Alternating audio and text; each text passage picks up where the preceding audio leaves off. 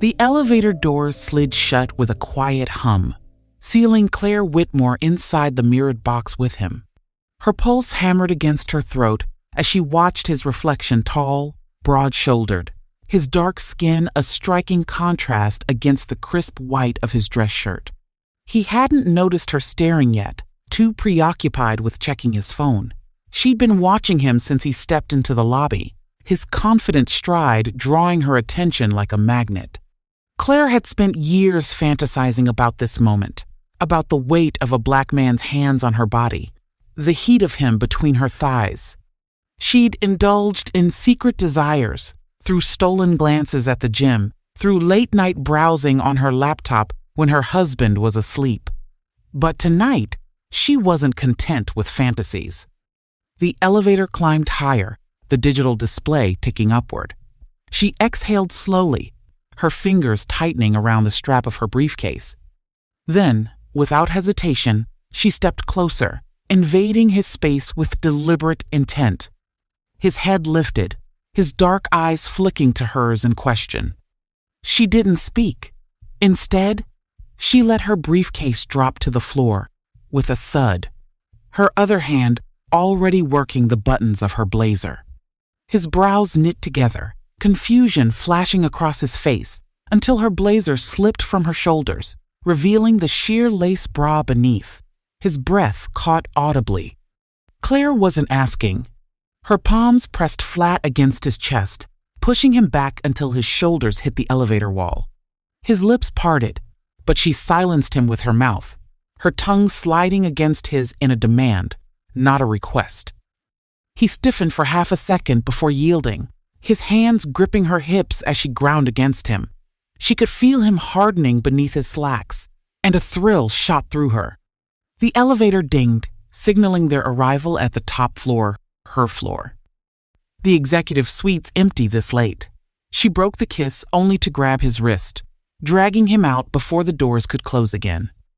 His protests were half-hearted, his resistance crumbling as she led him down the dimly lit hallway, her heels clicking against marble. Her office door unlocked with a swipe of her keycard.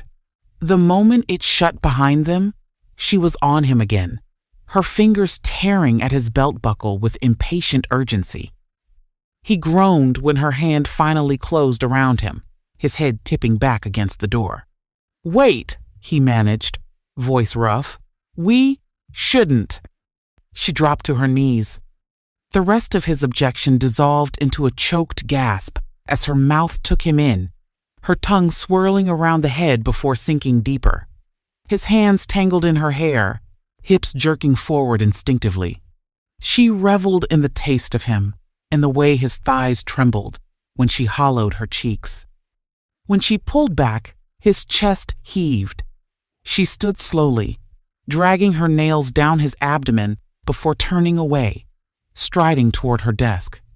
Without looking back, she bent over it, her skirt already hiked up, the lace of her thong a flimsy barrier.